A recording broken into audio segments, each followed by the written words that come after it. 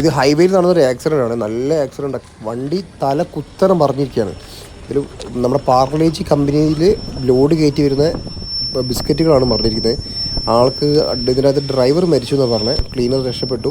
എന്തായാലും നല്ല ആക്സിഡൻ്റാണ്, ഭയങ്കര ആക്സിഡൻറ്റ്, ഭയങ്കര. ഇതിനകത്ത് ടോട്ടൽ 3 പേരുണ്ടായിരുന്നു. 2 ക്ലീനേഴ്സ് ഉണ്ടായിരുന്നു, ഒരു ഡ്രൈവർ ഉണ്ടായിരുന്നു. പക്ഷേ ഡ്രൈവർ മരിച്ചുപോയി, മറ്റേ ആൾക്ക് രക്ഷപ്പെട്ടു എന്ന് പറഞ്ഞ്. എന്തായാലും വലിയൊരു ആക്സിഡൻറ്റാണ്. ഇതിലുള്ള സാധനങ്ങൾ ഉണ്ട്, പകുതി സാധനങ്ങൾ പുറത്ത് ചാടിയിട്ട് പകുതി സാധനങ്ങൾ ഉണ്ട്. കാരണം ഇതിൽ കള്ളന്മാർ നല്ലോണം ഉണ്ട്. കാരണം നമ്മൾ നേറ്റിൽ കണ്ടില്ല, വരുമ്പോൾ തന്നെ ഒരിടത്ത് എടുത്ത് പോകും. അത് രാത്രി മറിഞ്ഞ വണ്ടിയാണെന്ന് പറഞ്ഞത്. രാത്രി മുതൽ ഇപ്പോൾ ഈ സമയമായിട്ട് എത്ര ഉണ്ടാവും? നല്ല പാർലേജിൻ്റെ ബിസ്ക്കറ്റുകളാണ്.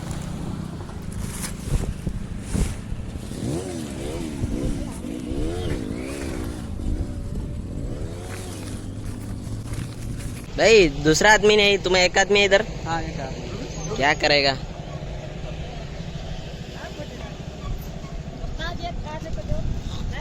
यहाँ कहीं से उठा ले मेरे भाई, और एक ही उठाना है, एक ही उठाना। Oh my God. आप जाओगे? हाँ, मैं आ रहा हूँ, 2 मिनट में आया पानी पी के। हाँ ठीक है ना, इसमें विश्वास है क्या मेरे? हाँ, अरे बिल्कुल ऐसा नहीं है।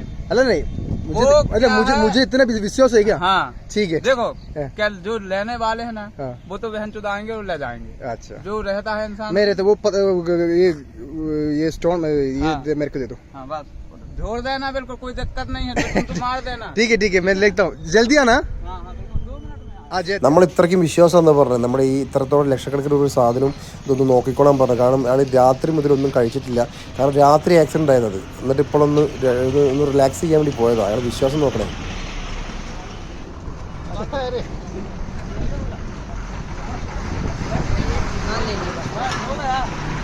हो गया भाई यहाँ देखो ये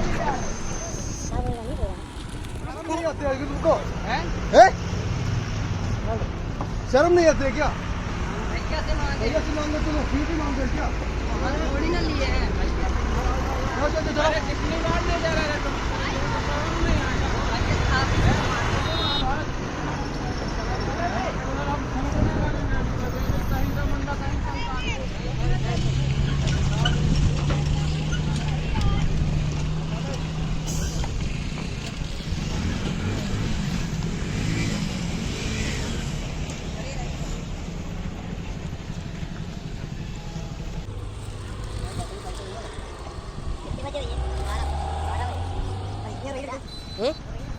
अरे यार नहीं यार नहीं, ये कैसे ले सकता है?